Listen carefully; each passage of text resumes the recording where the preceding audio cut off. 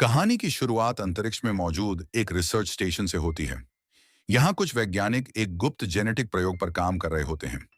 इस प्रयोग का उद्देश्य जीवों के डीएनए को बदलकर उन्हें ज्यादा ताकतवर बनाना होता है। लेकिन अचानक कुछ गलत हो जाता है। प्रयोग के लिए इस्तेमाल किया गया खतरनाक पदार्थ नियंत्रण से बाहर हो जाता है। देखते ही देखते पूरा स्टेशन इमरजेंसी की स्थिति में पहुंच जाता है। अलार्म बजने लगते हैं और वैज्ञानिक अपनी जान बचाने के लिए भागने लगते हैं। एक महिला वैज्ञानिक किसी तरह उस प्रयोग के कुछ सैंपल लेकर भागने की कोशिश करती है। उसका इरादा उन सैंपल्स को धरती पर पहुंचाने का होता है, लेकिन दुर्भाग्य से वह सफल नहीं हो पाती। कुछ ही देर बाद पूरा स्पेस स्टेशन विस्फोट के साथ नष्ट हो जाता है। हालांकि प्रयोग के कई सैंपल पृथ्वी की ओर गिर जाते हैं। यहीं से असली मुसीबत शुरू होती है। दूसरी तरफ हम मिलते हैं डेविस ओकोये से। डेविस एक पूर्व सैनिक और वन्यजीव विशेषज्ञ हैं।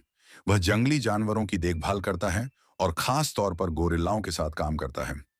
डेविस का सबसे करीबी दोस्त एक सफेद गोरिल्ला होता है जिसका नाम जॉर्ज है। जॉर्ज बचपन से ही डेविस के साथ रहता आया है। दोनों के बीच इतना मजबूत रिश्ता है कि वे बिना बोले भी एक दूसरे की बात समझ लेते हैं। जॉर्ज बाकी गोरिल्लाओं से कहीं ज्यादा समझदार है। वह इंसानों के इशारे समझ सकता है और कई बार मजाक भी करता है। एक दिन जंगल में घूमते समय जॉर्ज को अंतरिक्ष से गिरा हुआ वही रहस्यमयी सैंपल मिल जाता है। उत्सुकतावश वह उसके पास जाता है और तभी उसके शरीर पर उस खतरनाक गैस का असर होने लगता है। शुरुआत में कोई बदलाव दिखाई नहीं देता, लेकिन अगले ही दिन जॉर्ज का व्यवहार बदलने लगता है। वह पहले से कहीं ज्यादा ताकतवर हो जाता है। उसका आकार तेजी से बढ़ने लगता है और उसका गुस्सा भी बढ़ जाता है। डेविस ये सब देखकर परेशान हो जाता है। उसे समझ नहीं आता कि आखिर जॉर्ज के साथ क्या हो रहा है। लेकिन जॉर्ज अकेला नहीं था। इसी समय अमेरिका के एक जंगल में एक भेड़िया भी उसी गैस के संपर्क में आ चुका होता है। धीरे धीरे वह एक विशाल उड़ने वाले राक्षसी भेड़िए में बदल जाता है। वहीं दूसरी तरफ एक मगरमच्छ भी उस रसायन से प्रभावित होकर असाधारण रूप से बड़ा और बेहद खतरनाक बन जाता है। अब पृथ्वी पर 3 ऐसे जीव मौजूद थे जिनकी ताकत का कोई अंदाजा भी नहीं लगा सकता था। और अभी किसी को यह पता भी नहीं था कि आने वाले दिनों में ये तीनों पूरे देश में तबाही मचाने वाले हैं। जॉर्ज का आकार हर घंटे बढ़ता जा रहा था। उसकी ताकत इतनी ज्यादा हो चुकी थी कि वह आसानी से लोहे की मोटी सलाखें भी मोड़ सकता था। डेविस लगातार उसकी मदद करने की कोशिश कर रहा था, लेकिन जॉर्ज अब अपने गुस्से पर नियंत्रण खोने लगा था। एक दिन कुछ कर्मचारी गलती से जॉर्ज को उकसा देते हैं। गुस्से में आकर जॉर्ज अपने बाड़े को बुरी तरह नुकसान पहुंचा देता है। हालांकि वह किसी इंसान को जानबूझकर चोट नहीं पहुंचाता, लेकिन उसकी ताकत देखकर सभी डर जाते हैं। कुछ ही समय बाद सेना और सरकारी एजेंसियां वहां पहुंच जाती हैं। वे जॉर्ज को एक खतरनाक जीव मानकर उसे पकड़ने का फैसला करते हैं। डेविस उन्हें समझाने की कोशिश करता है कि जॉर्ज बुरा नहीं है, बल्कि किसी बीमारी का शिकार हुआ है, लेकिन कोई उसकी बात नहीं सुनता। जॉर्ज को बेहोशी की दवा देकर एक विशेष विमान में ले जाया जाता है। डेविस भी उसके साथ जाने पर मजबूर हो जाता है, क्योंकि वही जॉर्ज को सबसे अच्छी तरह समझता था। विमान में डेविस की मुलाकात एक वैज्ञानिक महिला से होती है। वह बताती है कि जिस गैस के संपर्क में जॉर्ज आया था, वह एक बेहद खतरनाक जेनेटिक प्रयोग का हिस्सा थी। वैज्ञानिक डेविस को बताती है कि यह तकनीक मूल रूप से बीमारियों का इलाज करने के लिए बनाई गई थी, लेकिन कुछ लालची लोगों ने इसका गलत इस्तेमाल किया। अब डेविस को समझ में आ जाता है कि जॉर्ज की हालत के पीछे एक बहुत बड़ी साजिश छिपी हुई है। इधर दूसरी तरफ उस प्रयोग के पीछे मौजूद कंपनी के मालिक भाई बहन पूरी स्थिति पर नजर रखे हुए थे। उन्हें केवल अपने पैसे और रिसर्च की चिंता थी। जब उन्हें पता चलता है कि कई जानवर उस गैस से प्रभावित हो चुके हैं, तो वे उन्हें वापस हासिल करने की योजना बनाते हैं। उनके पास एक विशेष सिग्नल मशीन होती है जो प्रभावित जानवरों को अपनी ओर आकर्षित कर सकती थी। लेकिन लालच में आकर वे एक बहुत बड़ी गलती कर बैठते हैं। वे शिकागो में उस मशीन को चालू कर देते हैं। जैसे ही मशीन सक्रिय होती है, हजारों किलोमीटर दूर मौजूद प्रभावित जानवर उस सिग्नल को सुन लेते हैं। सबसे पहले विशाल भेड़िया उस दिशा में बढ़ना शुरू करता है। रास्ते में जो भी उसके सामने आता है, वह उसे नष्ट कर देता है। कई सैनिक उसे रोकने की कोशिश करते हैं, लेकिन उसकी ताकत और गति के सामने कोई टिक नहीं पाता।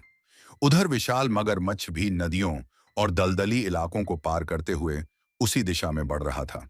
अब समस्या यह थी कि जॉर्ज भी उस सिग्नल से प्रभावित होने लगा था। विमान में बैठे बैठे जॉर्ज बेचैन होने लगा। उसका शरीर और बड़ा हो चुका था। उसके अंदर की आक्रामकता तेजी से बढ़ रही थी। अचानक जॉर्ज अपना आपा खो देता है। वह विमान के अंदर ही तांडव मचाना शुरू कर देता है। सैनिक उसे रोकने की कोशिश करते हैं, लेकिन कोई सफल नहीं होता। कुछ ही सेकंड में विमान का बड़ा हिस्सा टूट जाता है। विमान हवा में बुरी तरह क्षतिग्रस्त हो जाता है और सभी यात्रियों की जान खतरे में पड़ जाती है। डेविस किसी तरह खुद को बचाता है, लेकिन अब विमान तेजी से नीचे गिर रहा था। जॉर्ज विमान से बाहर निकल जाता है और भयानक हादसा हो जाता है। विमान आसमान से गिरकर पूरी तरह नष्ट हो जाता है, लेकिन डेविस चमत्कारिक रूप से बच जाता है। अब जॉर्ज आजाद था और वह भी उसी दिशा में जा रहा था जहां से वह रहस्यमयी सिग्नल आ रहा था। डेविस समझ चुका था कि अगर जॉर्ज, विशाल भेड़िया और मगरमच्छ एक ही जगह पहुंच गए तो पूरा शहर तबाह हो जाएगा। इसलिए वह शिकागो पहुंचकर इस सिग्नल को बंद करने और जॉर्ज को बचाने की योजना बनाता है। लेकिन उसे अभी अंदाजा भी नहीं था कि असली तबाही तो बस शुरू होने वाली थी। अब हालात सरकार के नियंत्रण से बाहर होने लगे थे। पूरा देश अलर्ट पर था।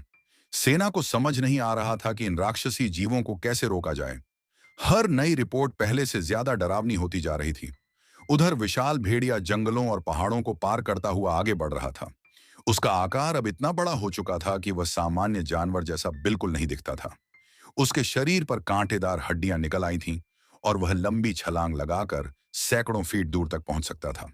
रास्ते में सेना उसके ऊपर हेलीकॉप्टर और मिसाइलों से हमला करती है, लेकिन हमला करने वालों को जल्द ही अपनी गलती का एहसास हो जाता है। विशाल भेड़िया हवा में छलांग लगाकर हेलीकॉप्टरों पर हमला कर देता है। कुछ ही पलों में कई हेलीकॉप्टर नष्ट हो जाते हैं। ये देखकर सेना के अधिकारी भी हैरान रह जाते हैं। उधर डेविस और वैज्ञानिक केट शिकागो पहुंचने की कोशिश कर रहे थे। दोनों जानते थे कि अगर सिग्नल मशीन बंद नहीं हुई तो लाखों लोगों की जान खतरे में पड़ सकती है।